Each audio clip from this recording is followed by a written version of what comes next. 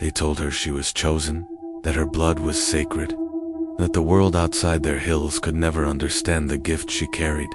She believed them, because everyone she knew spoke the same words, repeated the same prayers, and looked at her with the same hollow pride. She was 13 when they told her who she would marry. He was 15 and he was her brother. This isn't a story from ancient Egypt or a forgotten European dynasty. This is rural America, hidden in the folds of Appalachia, where the oldest customs are kept alive by silence, fear, and a faith twisted into something unrecognizable. Outsiders mock, dismiss, or look away, but beneath the surface, a darker truth endures. Families who have engineered their own bloodlines for generations, who believe purity is pain, and that love outside the circle is sin. For one girl, the truth would come too late. For the rest of us, it's a reminder that some traditions are not relics of the past, but living wounds still practiced, still protected, and still waiting to be seen. This is the story of a girl raised to marry her own brother and the royal custom that refuses to die. She was born into silence, in the hills of eastern Tennessee, where the roads twist through forests and the mailboxes are few. Her world was a closed circle. The family's land stretched for miles, dotted with weathered houses, barns, and a white chapel at the center peeling paint, rotted baseboards, and a locked door that only opened for family. Outsiders never came past the first gate. If they did, they were met with polite smiles and quick goodbyes. No one asked questions. No one wanted to know. From the time she could walk, she was told she was special. Her blood was pure, her name a gift, her future already written. She learned to recite the family's history from memory, not from books, but from the lips of elders who spoke in a dialect that was part scripture, part secret. Every photograph in the house looked the same. Pale faces, distant eyes, names, repeated across generations. There were no strangers, only kin, only blood. The family's doctrine was older than the hills. It was not the Bible, though they read from a leather-bound book at every meal. This book was handwritten, passed from patriarch to son, its pages filled with rules and warnings. Thy brother is thy mirror. In him thy flesh shall be made full. The elders preached that purity came through suffering, that birth defects were not curses but signs of favor, that obedience to the family ensured survival in a world that had betrayed them long ago. She never questioned it. Why would she? Every adult she knew had married a cousin, a half-sibling, or an uncle. Her mother had married her half-brother. Her aunt had married her cousin. There was no family tree, only a circle, a closed loop. She had never heard the word inbreeding until she was nearly 15. Whispered by a nurse in a clinic, as if it were a curse word. The girls were raised like vessels, taught obedience, silence, and scripture, not the scripture you know, but one rewritten in their own dialect. The boys were divided, some groomed to be patriarchs, quiet and devout, others discarded, sent to work camps in neighboring counties under assumed identities, never spoken of again. Every child born was logged in the family book, their traits noted, their matches considered from the time they could walk. She's a strong one, might go to David's boy, an elder once said, referring to a girl, barely 5. The family's pride was not just in their land or their name, but in their blood. They believed they were preserving something ancient, something the outside world had lost. The most chilling detail was the records. Meticulous journals going back nearly 120 years, written in cursive, names and pairings, birth outcomes, medical conditions, notes on temperament. They weren't hiding it. They believed in it, and they were proud. When she turned 13, they told her who she would marry. He was 15, and he was her brother. The ceremony was held in the chapel, the same place where every family ritual took place. The elders gathered, the book was read, and vows were spoken in a language that felt both sacred and suffocating. She wore a white dress, her hair braided with wildflowers, her hands trembling as she took her brother's. She didn't cry. She didn't resist. She believed what she had been told, that this was her duty, that love outside the bloodline was sin. But something inside her began to shift. She started to notice the things that didn't fit the way the women disappeared after childbirth. The children with strange afflictions, the properties shuttered for years with no explanation. She heard the stories whispered at night, stories of girls who tried to run, of boys who vanished, of punishments that left scars no one could see. Still, she stayed. She obeyed. She survived, because in her world, there was no other way. The outside world was a rumor, a threat, a temptation whispered about, but never truly seen. The family's land was its own country, ruled by elders who enforced the rules with a mixture of scripture and fear. The children were homeschooled, taught to read and write from the family's own books, to recite the lineage, to memorize the verses that justified their isolation. The world outside is poison, the elders said. Only here are you safe. Only here is your blood clean. She learned to keep her questions to herself. When she was small, she once asked her mother why she couldn't go to the town school, why she couldn't play with the children she saw at the edge of the property. Her mother's face went pale, and she was sent to her room for 3 days, allowed only bread and water, made to copy verses from the family book, until her hand cramped.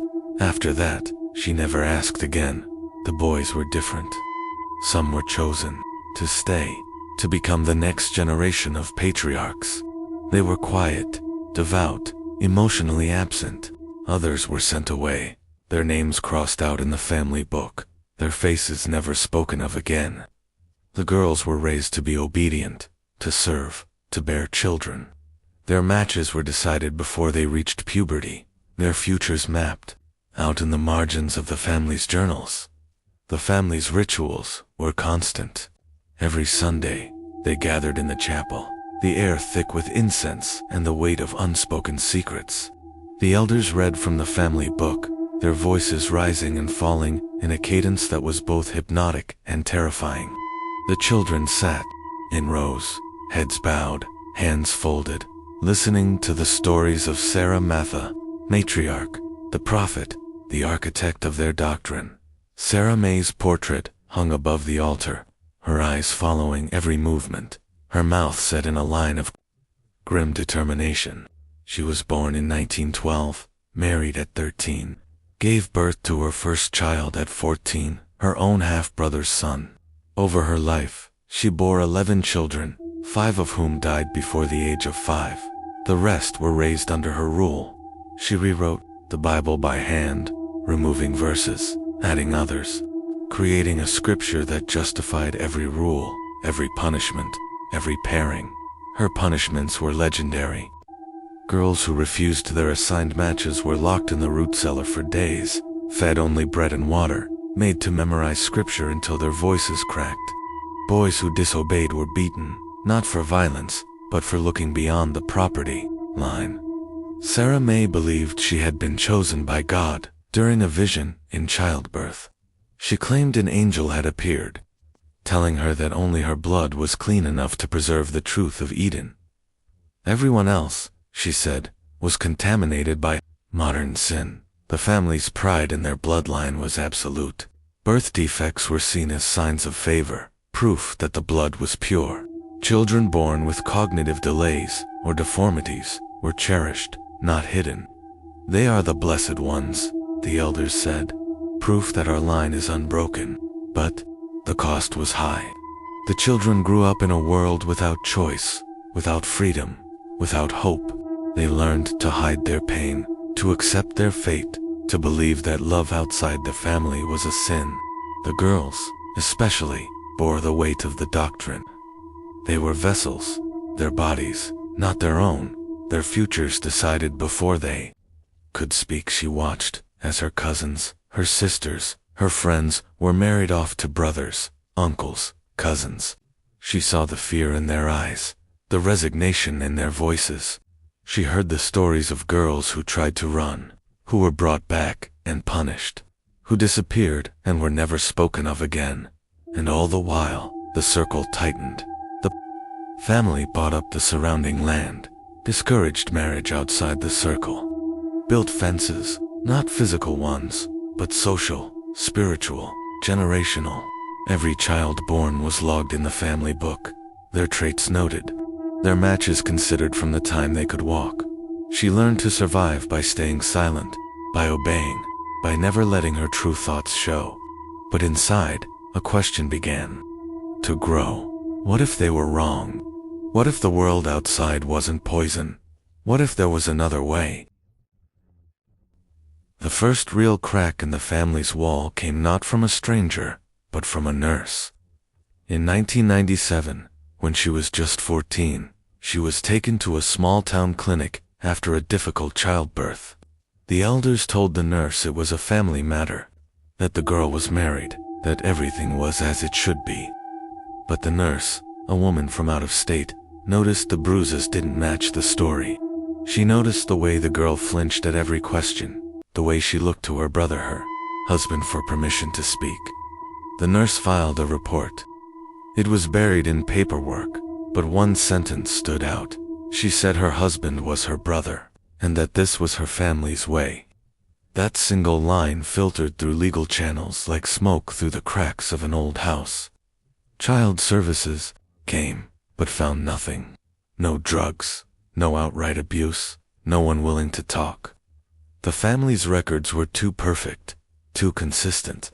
Every name in the bloodline traced back to the same 5 surnames, repeated, interchanged, recycled. The girl was placed in protective custody under a false name, but her mind had already been shaped by the doctrine. She didn't know how to live outside the bloodline. She didn't trust strangers.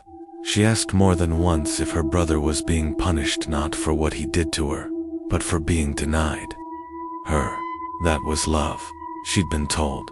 That was faithfulness. That was tradition. Her story was quietly shelved, buried in sealed court records. But the nurse who had filed the report couldn't let it go. She began investigating the family history, tracing land records, genealogy charts, even interviewing locals off the record. What she found wasn't just disturbing, it was methodical. This wasn't accidental inbreeding. It was engineered. The family had bought up surrounding properties over several decades. They discouraged marriage outside the circle, homeschooled their children, built fences, not physical ones, but social, spiritual, and generational. Every child born was logged in a family book, their traits noted, their matches considered from the time they could walk. She's a strong one. Might go to David's boy, one elder reportedly said, referring to a girl barely 5. Some of the boys were groomed to be patriarchs, quiet, devout, emotionally absent. Others were discarded, sent to work camps in neighboring counties under assumed identities, never spoken of again. The girls were different. They were raised like vessels, taught obedience, silence, scripture. Not the scripture you know, but one rewritten in their own dialect. One verse read, "Thy brother is thy mirror. In him thy flesh shall be made full." Genetic. Counselors later called it a closed-loop reproduction system. In plain language, generation after generation of cousins, half-siblings, uncles, nieces, pairing, breeding, repeating. Some children were stillborn, some born with cognitive delays, some with deformities. But that was seen as the price of purity. They believed they were preserving something ancient, something the outside world had lost. The most chilling detail. The family had records of all of it. Meticulous journals written in cursive, going back nearly 120 years. Names, pairings, birth, outcomes, medical conditions, notes on temperament. They weren't hiding it. They believed in it, and they were proud. By the time the nurse's investigation began to surface, it was already too late for many. The damage had been done not just to bodies, but to minds, to souls. The girl who escaped was just one in a long line. Her story a rare crack of light in a system built to keep the darkness in. The deeper the nurse dug, the more she found the same name, Sarah May. She wasn't the girl who escaped, but a ghost. In the lineage, mentioned again and again in the journals, always with reverence and fear. The entries dated back to the 1930s, some written in black ink, others in brown, that looked more like dried blood. Phrases like Sarah May's line must be preserved, and the blessed womb shall not wander appeared beside notations of births and pairings. Sarah May, as the nurse eventually pieced together, was the matriarch of this doctrine. Born in 1912, married at 13, she gave birth to her first child at 14, her own half-brother's son. Over her life, she bore 11 children, 5 of whom died before the age of 5. The rest were raised under her rule. But she wasn't passive. She wasn't brainwashed. She was the architect. According to an old neighbor, Sarah May was one of the last people to leave the area before the family bought up all the surrounding land. She believed she had been chosen by God during a vision in childbirth. She reportedly claimed that an angel had appeared, telling her that only her blood was clean enough to preserve the truth of Eden. Everyone else, she said, was contaminated by modern sin. She rewrote the Bible by hand, removing verses, adding others, and most chilling of all, she had a punishment system for unfaithful blood. Girls who refused their assigned matches were locked in the root cellar for days, fed only bread and water, and made to memorize scripture until their voices cracked. Boys who disobeyed were beaten not for violence, but for looking beyond the property line. Sarah May's journal became scripture, her bloodline sacred, and her name unspoken in the family, but still worshipped. The girl who escaped in 1997 said that as Sarah May's great-great-granddaughter, she had never heard her name aloud. But when she was shown a photograph during therapy, her voice trembled. That's the woman above the altar. They didn't hang a cross in the chapel, they hung her portrait. Sarah May wasn't just a matriarch. She was a prophet, a tyrant, a designer of generational control. And long after her death in 1983, her reach still shaped the minds, the wombs, and the marriages of children not yet born. By now, you might be wondering, how does something like this survive? How does it remain hidden in modern America, with its cameras, clinics, and child welfare systems? The answer isn't lack of law, it's the silence of culture. These families don't trust outsiders, and more importantly, outsiders don't want to know. Law enforcement agencies quietly admit that deep rural cases often go unresolved for reasons of jurisdiction, staffing, or simply danger. Social workers are warned not to push too far in communities like these, not for fear of legal trouble, but because those who ask too many questions tend to get answers that unravel them. In 2001, a local pastor who tried to intervene in that same county vanished after giving a sermon about the blood of the lamb being twisted by man. His car was found a week later, parked on the shoulder of a mountain road. Keys still in the ignition. No body, no follow-up. His congregation never spoke of him again. And here's where the horror sharpens into something almost spiritual. Outsiders don't just fear these families. Some admire them. Off-grid groups, anti-government sects. There are whispers, always whispers, that this kind of generational blood purity is viewed by certain fringe circles as a kind of strength, a return to old ways, to the land before corruption. There's a reason these families aren't caught. It's because they aren't entirely alone. They are protected not by any official order, but by the unspoken pacts of rural life. You don't ask what happens on someone else's land. You don't knock if there's no mailbox. And if a family buries their own dead behind their house, you simply look the other way. When the girl escaped in 1997, she didn't just break a family rule, she shattered a system built over a century of quiet complicity. Her story, whispered to a nurse and then to a social worker, was a rare crack of light in a world designed to keep the darkness in.